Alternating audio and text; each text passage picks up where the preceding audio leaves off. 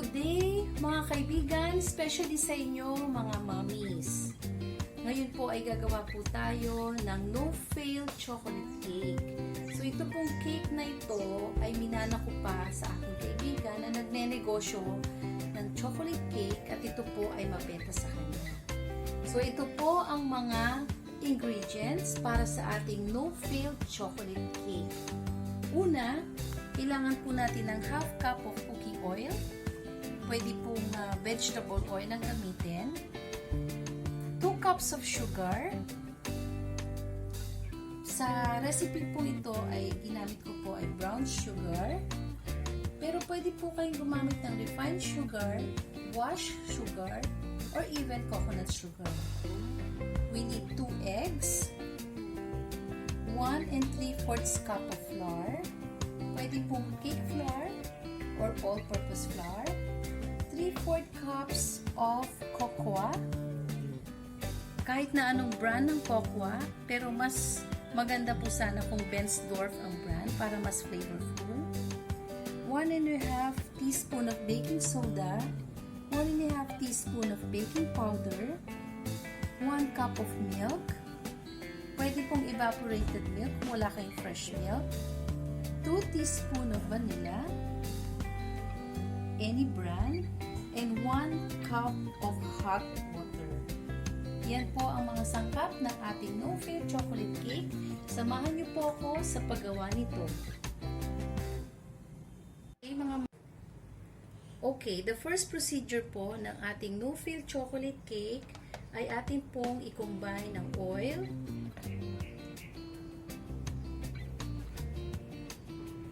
sugar, at ang ating itlog.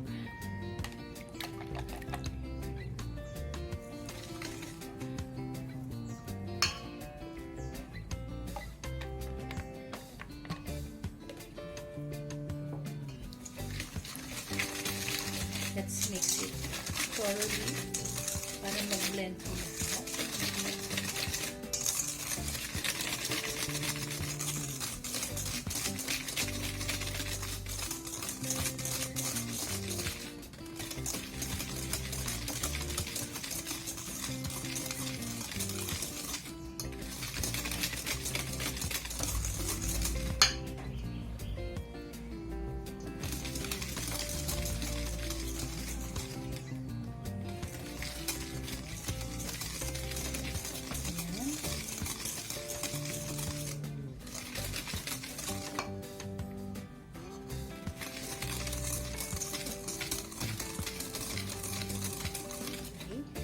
Pag halong-halo na po yung tatlong ingredients, let's proceed in combining all the dry ingredients. Lahat po ng dry ingredients natin ay paghaluin na po natin ang ating all-purpose flour or cake flour. Itong cocoa powder,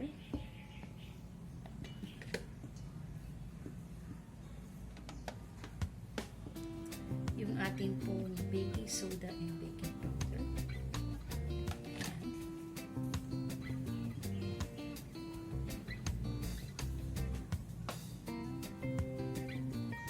and then set aside.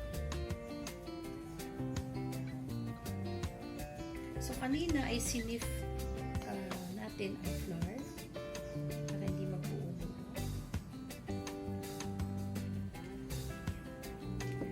So balik po tayo ngayon sa ating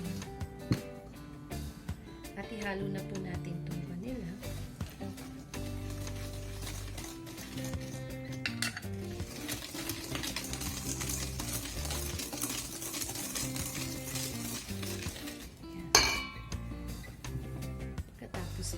Unti-unti po natin i-incorporate yung ating pong flour, yung dry ingredients sa milk.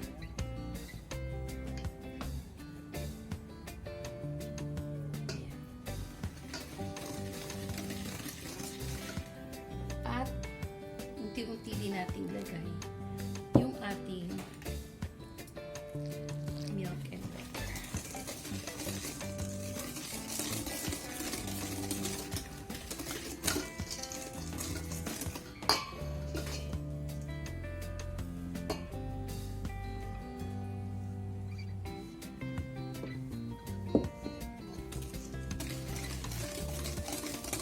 pag naghahanap po tayo ng ating cake mixture, make sure na isang direksyon lamang po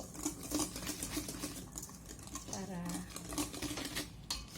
maging consistent po yung ano niya, yung kanyang texture, and do not overbeat. Enough lang para maghalo-halo ang mga sangkap.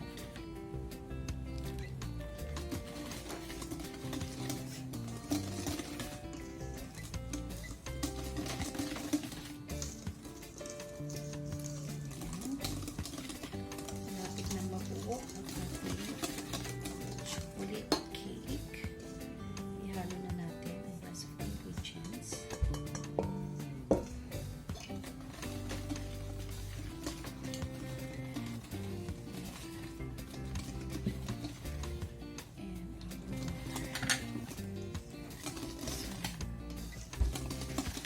This chocolate cake will not fail. This is a tested recipe already. So this cake is moist. Makikita nyo, moist and soft, para siyang brownies. Okay? And then after this, pwede na ho natin siyang ilagay sa ating baking pan.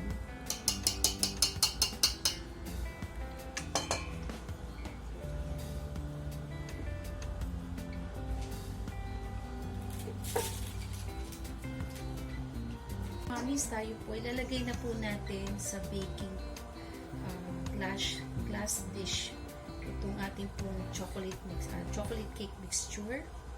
Make sure na yung pong baking pan natin ay merong vegetable oil, na pinahiran nyo po ng vegetable oil para hindi siya kumapit o madali siyang matanggal pagkatapos ng cake. Okay? So, ganito po.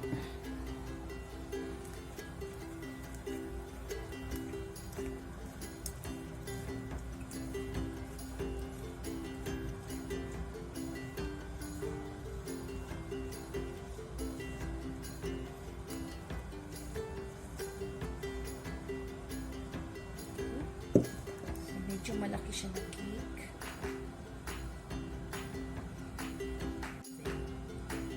And then mamaya po ipapakita ko sa inyo ang finished product.